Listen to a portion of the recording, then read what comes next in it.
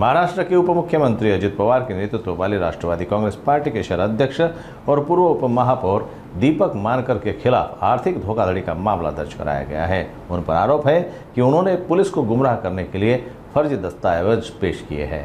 Police station या ठिकाणी आधीपासून एक गुन्ह्याचा तपास चालू होता। यामध्ये शंतनू कुकडे नावाचा मुख्य आरोपी होता। सदरच्या गुन्ह्याचा तपास करीत असताना तो जो रेड हाऊस फाउंडेशन नावाची एक संस्था चालवत होता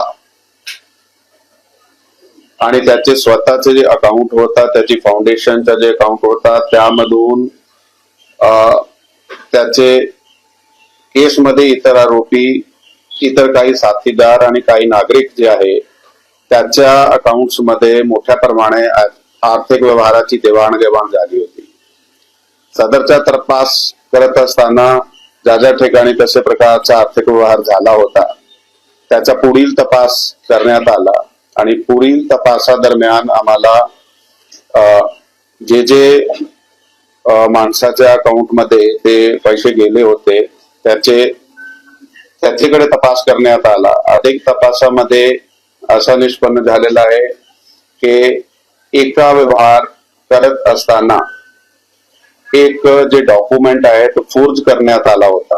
ते फोर्ज डॉक्युमेंट ज्यावेळी आम्हाला तपासादरम्यान मिळाला त्याची सखोल चौकशी करण्यात आली आणि सदरचा जे डॉक्युमेंट आहे त्या डॉक्युमेंट वर एक स्टॅम्प पेपरवर त्याचे जे ओरिजिनल नंबर आहे किंवा त्यातली जे सही आहे, त्यातले शिक्के आहे ते बॅकडेटेड आहे आणि ते स्टॅम्प नंतर घेतला गेला आहे कोषागारामधून।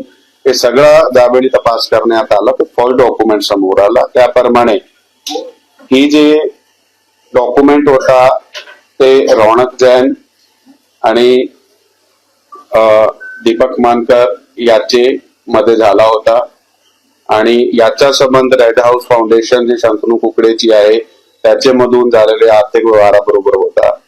म्हणून सदरचा गुन्हा हा तिघा व इतर काही इसमाविरुद्ध दाखल करण्यात आलेला आहे। समर्थ पोलीस स्टेशनला 337(2), 340(2) आणि 338 आणि 3(5) भारतीय न्याय संहिता खाली गुन्हा दाखल करण्यात आलेला आहे।